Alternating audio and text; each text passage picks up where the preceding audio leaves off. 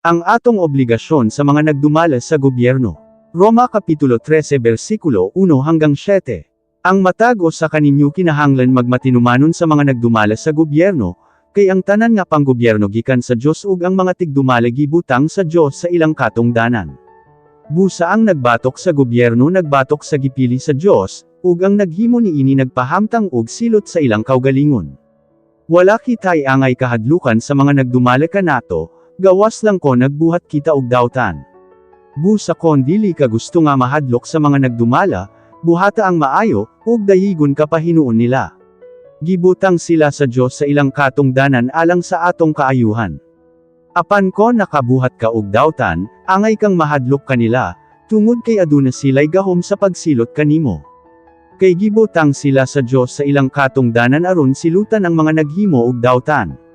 Busa angay kitang magmatinumanon sa atong gobyerno, dili lang tungod sa kahadlok nato sa silot, kon dili tungod kay nasayra nato nga mao kini ang angay natong buhaton.